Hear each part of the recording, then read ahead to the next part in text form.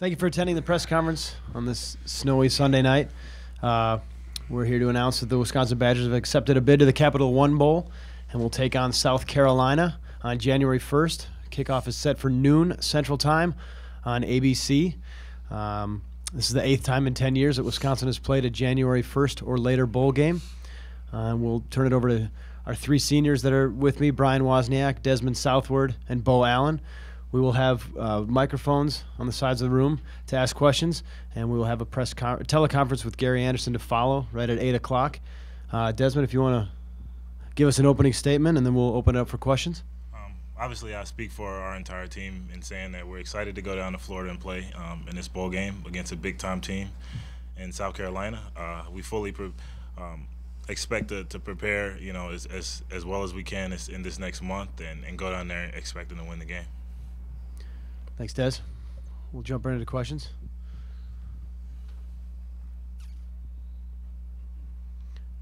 Jesse? This is for all three of you guys. We talked a lot the last couple months about if you could win out, that maybe there'd be an opportunity to play in a BCS, and I know you guys were upset that you didn't win at Penn State, but I'm just curious if, what happened with Michigan State beating Ohio State, did that help soften the blow at all, that knowing, even if you would have won, you still would have wound up in this bowl? Go ahead, Beau. I don't know. Obviously, I think I speak for all the seniors. When I said it was just a tough loss, it's really kind of hard to wrap your head around something like that and get over it. Personally, I don't really look at it that way. I think nothing can change a disappointment that we feel after, that loss at Penn State and everything like that. But obviously, we got a big-time game and a big-time opponent coming up, so we're not even really focused on the past. We're not going to dwell on that at all, and it is what it is. But we're just going to prep moving forward. I completely agree. I think that as a competitor, you go into every game and you want to win it. I think that anytime you lose a game, you have to be disappointed, no matter what other people are doing around the country. We want to win every single game that we line up and play. Obviously, I speak for everybody when I say that. And just as Beau said, obviously with the way things played out, I guess it can justify for some people, but at the end of the day, all that matters is that we are into a pretty good ball game against a really good opponent, and we're excited about that. Jeff? For all three of you guys, if you don't mind addressing it, you've been asked several times this year, I think, about making a statement by winning a certain game or beating a certain team. You're playing an SEC team against a coach who I'm sure you're pretty familiar with, a guy who's been around a long time. This is your last chance, but what sort of statement would that make to beat an SEC team that is ranked in the top 10 of pretty much every poll at this point? Yeah, just the opportunity to play a high-caliber team, high-caliber SEC team. I think it's going to be a great challenge for us. It's a real good defense. Looking at from the offensive perspective, a real good defense we're going up against. Possibly get to play, the number one player, in the draft next year, which is going to be fun. I think, just looking at the Big Ten Conference versus the SEC, it's fun just to have those rivalries there, compete, get the Big Ten back up on top. And, I think with our preparation, with the seniors we have, it's going to be a fun game. It's going to be a really competitive game. I think it's going to be in the trenches type game for both teams. I think, we definitely want to make a statement. We've had we have a really talented senior class that's had a lot of wins over the past, 4 or 5 years, but we've kind of failed to get it done in the postseason, and we know that. So we want to go out on top. We want to end, our careers the right way, really. So we're going to prepare as hard as we can. We're going to do everything in our power to make sure that, we're in our best shape for playing football, and we've done everything we can mentally and physically, because we don't want to leave anything out there on the field. I obviously agree with both of these guys. Anytime you look at, obviously, the SEC for the past decade or so, they've been the measuring stick. And obviously, to play a team like South Carolina, you get a chance to measure up and see what the big-time conferences are like against each other. I think that's something you have to be excited for when you look at the opportunity. I think on both sides of the ball we'll be challenged in different ways. But just as Beau said, in the next month or so, we'll look at every single way that we can get better in order to be prepared for the game. We'll go down here, Tom. Since Beau brought it up, if Des and Brian, you could address it too. Just how motivated are you because of losing 3 straight bowl games just to win a bowl game? I think extremely. One of my biggest goals as a player in general is to go out and win one. The last one that we won, I watched it on the sideline. I wasn't really a part of it, and it's tough. It's tough to play with guys for 4 or 5 years, and then go out and let it end in tears and sadness that you couldn't get that last win. You definitely want to end your career and end it the right way, especially with guys that you've created so many amazing memories with.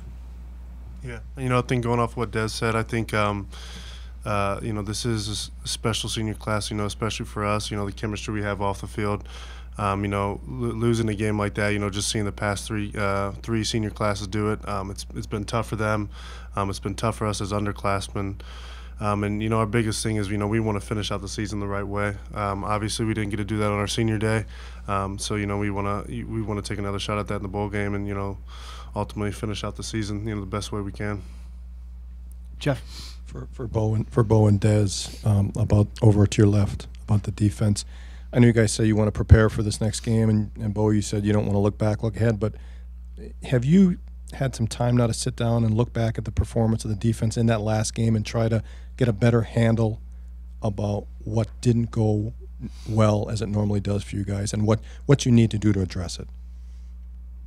Yeah, I mean, I know personally I watched that game, the moment I got home. We have the iPads, it's a great learning tool, and the film was uploaded, that night. So I think there are a lot of things that we can learn from that game.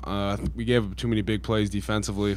I think that's kind of one thing that stands out. The score they had with the long ball, and then the draw play that they had in the fourth quarter. But I mean, like I said earlier, I think we're kind of focusing on moving forward. We can use that that film as kind of motivation. I think at this point, I don't know how good it is, how beneficial it is for everybody to go back and think about, what if we could have done this defensively, we should have done that. I don't think that's what it's about at this point. Just watch a film, learn from the film, learn from the X's and O's, but, I think we just got to move forward. I obviously agree with Beau. I think we have to move forward as well. But I think that we do obviously need to learn from a lot of things that we did in that game.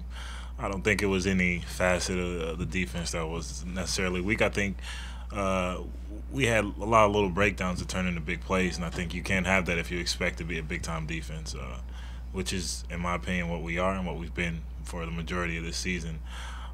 So that's something that definitely, obviously, can irk you, especially when you consider yourself a really good defense because you don't want to give up anything.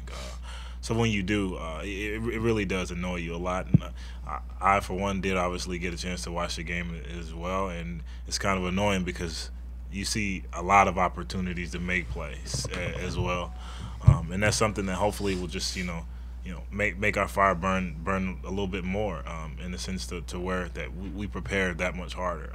We work that much harder in practice in order to not make those little mistakes that turn into big plays.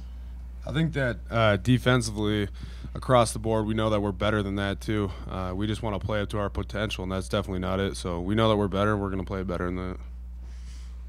Jay in front. I don't know if you have the answer to this now, but do you have any idea what the roadmap for the next month looks like? Will it be any different in bowl preparation than the last few years? Do you have any idea? Well, it was great. Last week, Coach Anderson called together the leadership council that we have here, and it's comprised mostly of older guys, seniors that have played for a long time, some juniors and stuff like that have played as well. And he just kind of sat us down and asked us what we want to do, which is nice. So we kind of gave him our input, and I know we just got a schedule like Saturday or last couple days. Obviously, it's going to be a lot more in depth now, but I think I don't know. I'm not exactly sure what's too different. Obviously we're not out in California anymore, so that's different. But I think I don't know how much different practice we had. We actually seniors had all last week off, which was nice. Just kind of get our bodies back, kind of mentally, get away too. And then obviously practice the young guys, which is always good. We've done that in the past. I don't know what else is different. There's there's not too much different when it comes to practice. You need to prepare for the team as much as you can. Cool thing that Coach is doing is he's giving us a little break from the 21st to the 24th off. guys like me and Dez were a little bit further away, so it's kind of the first time I've ever been able to go home for Christmas since I've been here. Obviously, I'll come back the 24th, but not on Christmas. But it's still kind of cool. You know, he's good about that. He's a real players coach kind of guy, and he looks out for us, and he's really trying to get us home. But I think when it comes down to practice, it's the same thing. I think the seniors kind of can't wait to get back on the field and get that loss out of our mouths and start prep for South Carolina. Go Tom over here. Could you guys just give us a little mini scouting report on what you know about South Carolina based on watching them on TV or whatever? Yeah, I think Brian already mentioned a little bit about their defense, stuff like that. Just from what I've seen, I think they have a talented run game. Obviously we'll know a lot more going forward, but I remember on Saturdays when we have our 2:30 at night games, we get to watch other teams. I remember watching them and being impressed by their running back. I think that they're an explosive team. If I remember correctly, more of a pro-style offense, which I'm excited for. That's kind of all I got right now, to be honest with you. But I was just talking to our video guys half an hour ago, and they were telling me that the film's going to be up on the iPads tonight. So I think, I'll definitely know more tomorrow. A little bit of the same with Beau. I mean, I think if you take any team from the SEC, I think you'll see a ton of athleticism.